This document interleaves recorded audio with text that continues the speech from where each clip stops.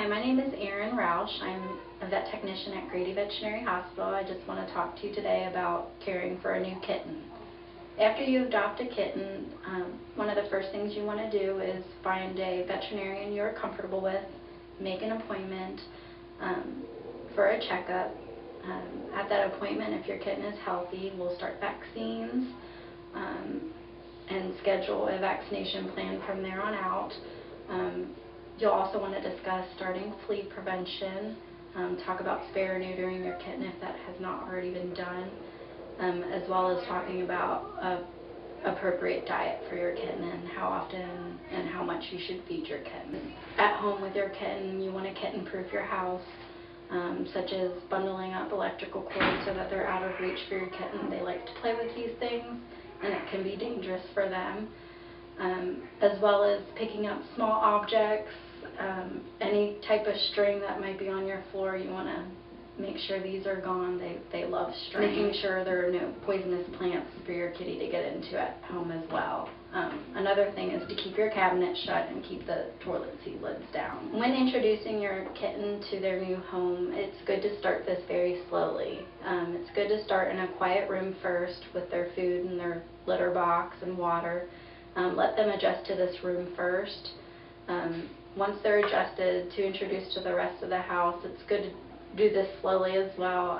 The idea of doing this slowly is so that they don't get spooked and want to hide, and more that we're telling them that this is a safe environment for them and there's no need to be scared.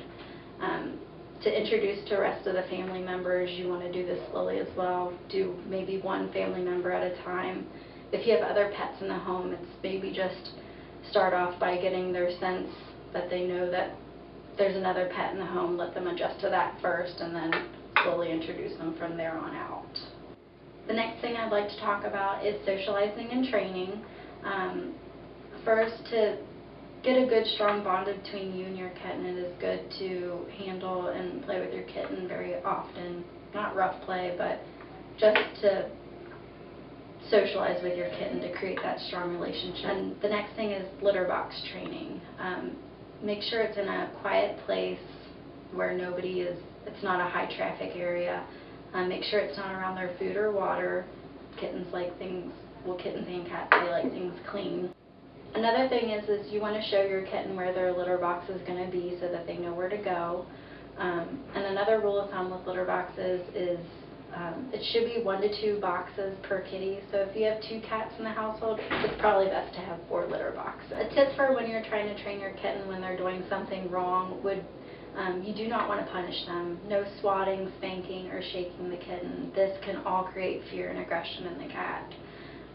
The best thing to do is to either remove them from that situation or maybe use a squirt bottle or a loud noise to disrupt what they're doing, and even use a kitten-safe toy to kind of distract them from what they're doing to help steer them from doing the wrong behavior. Kittens are known to want to scratch on the furniture. Just to help kind of prevent this and steer them away, you may want to put a couple of scratching posts around your house, maybe right by the couch where they like to scratch. That way they'll want to scratch that instead of tearing up your furniture.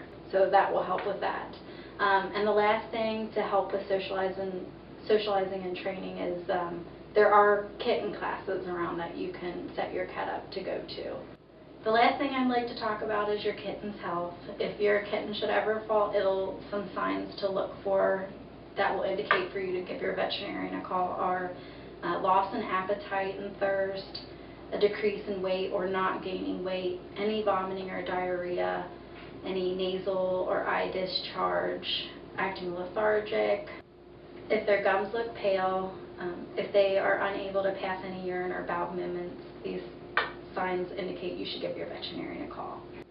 Following these tips can create a happy life for you and your kitten and a strong relationship between you two.